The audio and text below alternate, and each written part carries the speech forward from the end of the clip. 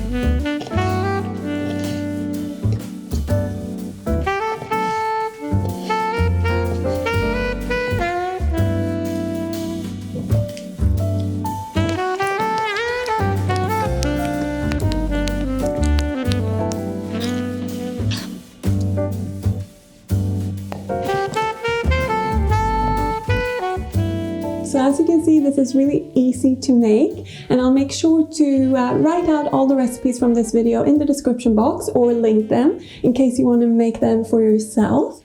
And I like to have overnight oats even now that we're going into sort of cooler weather here in Sweden. I think it's a good transitioning food between summer and winter, and it's nice to be able to prepare it ahead of time.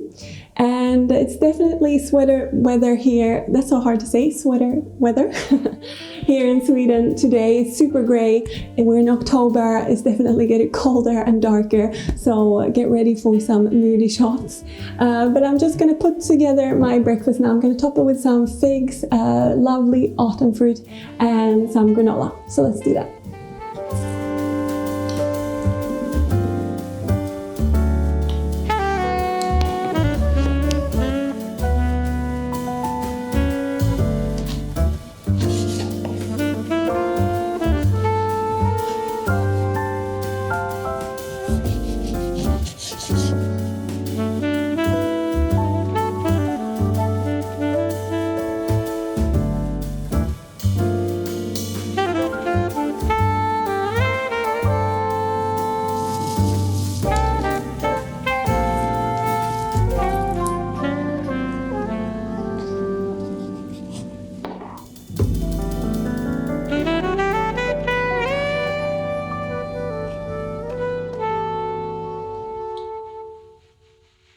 So it's a little later than we would normally eat breakfast. It's always like this when we're filming, so I'm really hungry and I'm definitely enjoying this. I just wanted to say that it's such a nice thing to top overnight oats with some like crunchy stuff like granola or nuts or seeds, because it just adds a little bit of texture, because overnight oats are very homogeneous and soft, gooey. And the granola just adds a lot of crunch. And I actually made this granola with buckwheat. It's a recipe I'm working on for my ebook that I'm trying to work good on so that I can have it with you soon. I look forward to that, and I look forward to sharing more about that later on. And the figs on here just add a little bit of like earthy freshness. I don't know if that makes any sense, but that's kind of how I think figs taste. I think they're meant to be sweeter than these are, but being in Sweden we don't get like the best of the best figs, I don't think, but I do like to eat them in autumn. And the combo of tahini and dates are perfect for overnight oats. There's the creaminess from the tahini and the sweetness from the dates, and I just think this is a combo made in heaven or somewhere lovely. So I'm going to eat this. I'm going to have my supplements. I have omega-3, and we've started eating one Brazil nut a day because all the selenium you need for one day is in one of these little nuts, and Rob's quite adamant that we eat it every day now, so I'm gonna have that. And I also take vitamin D3. For those of you who wonder, I take a vegan vitamin D3. I now have a spray, so it's not in the pill form, and I also take B12, of course, as a vegan, just for all of those of you wondering what kind of supplements I take. But now let's eat. And then I think I'm gonna go to the market and get some parsley for lunch, and I'll take you with me.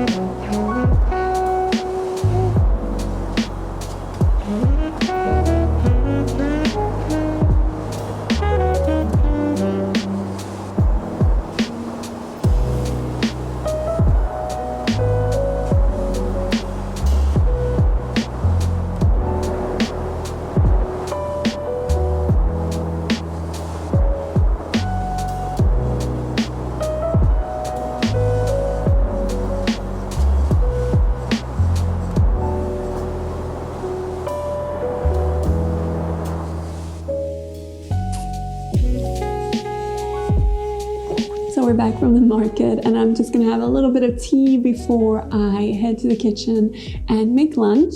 And at the moment, I'm really obsessed with Earl Grey tea. I didn't used to drink black teas for the longest time. I think I just overdid it living in London in England. But now I'm back on it, and it's just such a nice floral taste. Do you guys like Earl Grey?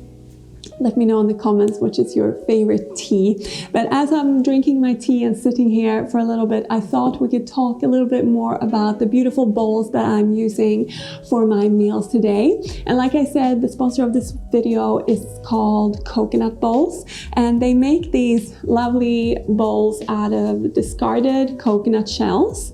And they make different varieties or different looks. This one's just more polished. They have ones that have a rougher part and then the polished part. This is one of them, and this is the other one they sent me. And they come in different sizes as well. So these are a bit bigger, these are a bit smaller, and they are good for different things, of course. One thing I think is really great about this business is that they are buying something that would normally be discarded off of farmers working with coconuts or growing coconuts and making coconut products and making a new revenue stream for them. And I also think it's such a great sort of sustainability hack, if you will, because they're taking a natural product and upcycling it to be a functional item that we can use in our homes. And I do also think that food looks really good in these bowls, very appetizing. I've seen so many beautiful pictures of smoothie bowls in this type of bowl, but I will say I also think they're great for any other type of food. And I do think this sort of natural raw look inspires me to want to fill them with vibrant, yummy plant foods, wholesome and healthy foods. And I even think you could use them around your house to put flowers in, or maybe, you know, knickknacks, keys and things like that you just end up throwing around the house. One more thing I want to say about the company that I think is really great is that they're very committed to sustainability, and they even do things like plant trees with some of their profits, and they do beach cleanups for creating a more clean ocean and protecting habitats in the wild. So I think that gives them brownie points. And I forgot to say that they also make really lovely cutlery from wood. They use the smaller discards of wood that farmers use to make furniture and stuff. I watched a video about this. I'll link that down below. It's a really lovely video about the company. And they also sent me this little cup or glass that I look forward to using later when I make my afternoon smoothie. So you'll see it more up close. But yeah, that's a little bit about coconut bowls. I have a discount code for you. It's Good Eatings 15, which gives you 15% off their whole range. And I'll of course link their website down below, and maybe I'll write out what kind of bowls I have here as well if you want to check those specific types out. But yeah, now I think I'm just gonna sit back, finish my tea, and then I'll meet you in the kitchen to make some lunch.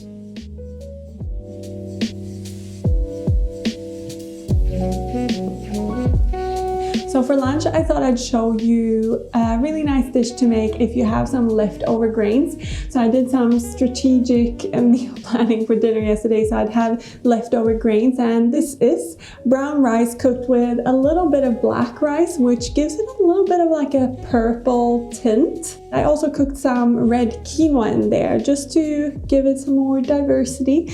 It's a nice thing to do if you're cooking rice, to add just a little bit of other grains. I've been inspired by She's So Delicious to cook rice in more interesting ways. And I also had some leftover beluga lentils, like this tiniest amount, so I'm going to add that to that as well. And then to sort of top this, it's going to be like a kind of a fried rice, but a very Nordic version, I guess. And to top it off, I'm going to use one of the things that are the best about autumn. I'm going to use some wild mushrooms. I'm going to actually mix these winter chanterelles with some chestnut mushrooms. And I did not pick these myself. Rob and I enjoy picking mushrooms, but this year we haven't had the chance, so I did buy these. If you haven't tried winter chanterelles or chanterelles, do. They're so tasty, but really for this dish you can use any type of mushrooms that you can find, and it's nice to just mix a few different ones. And I think I've said one last thing. I said with the coconut bowls that it's nice for all types of food, but I just wanted to say that it's not great for like soups because they're not made to deal well with heat, I guess. So if you are serving like warmer foods in these bowls, you can prepare them by just rinsing them in a little bit of like tepid, lukewarm water, because it sort of prepares them for warm foods. Just so you know, no soups and a little bit of lukewarm water like I will do now when I serve this in there. But now let's make some lunch.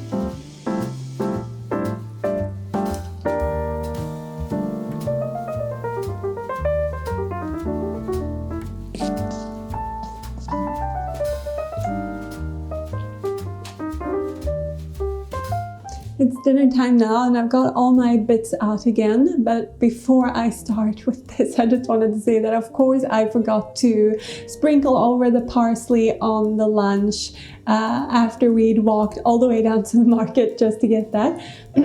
So just to let you know, I would have sprinkled a little bit of chopped fresh parsley on there and it would have been great, but that dish is super yummy. It looks very simple and maybe a little bit boring almost, but it is super yummy, so I definitely recommend it. And it's really good with a little bit of vegan cream cheese. You saw me put a little bit of garlic flavored vegan cream cheese on there, and it just gives it a little bit of like creaminess and yeah, creaminess. But now I'm going to make dinner, and I'm gonna make a rice noodle dish with a peanut butter sauce. It's going to be savory and fresh and yummy. I'm going to chop up some vegetables, some carrots and some bell pepper to mix all up in there, serve it with some basil on top. And I'm also going to make a side of steamed broccoli with some dressings, toppings, but it will all become clear in a minute.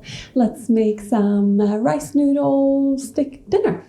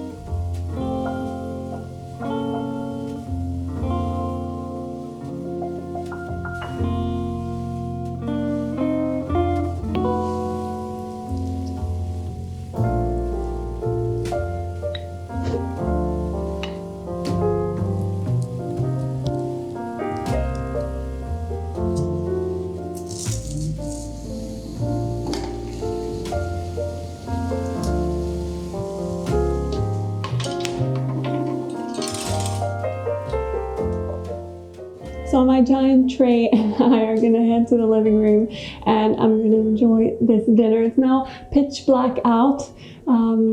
Welcome to the Nordic hemisphere's dark half of the year, or maybe more like dark 3/4. I'm not bitter at all. If it's sunny where you are, please enjoy it for me as well. Anyways, I realize now, thinking back of what I've eaten today, that I haven't included many like specifically good protein sources. So if you wanted to make this, you could definitely make some crispy tofu baked in the oven, or pan fried, or some tempeh cubes roasted in the oven, or some skewers, or what else? Yeah, I think those are my two best options. And what I did with the noodles is that the sauce sort of gets a little bit sticky. So if you add a little bit of hot water as you toss the noodles, the sauce will coat them much nicer. Just a little tip. And that's about it for me today. I hope you've enjoyed this video. Thank you very much for watching. I look forward to seeing you next Sunday. Take care, everyone. Bye.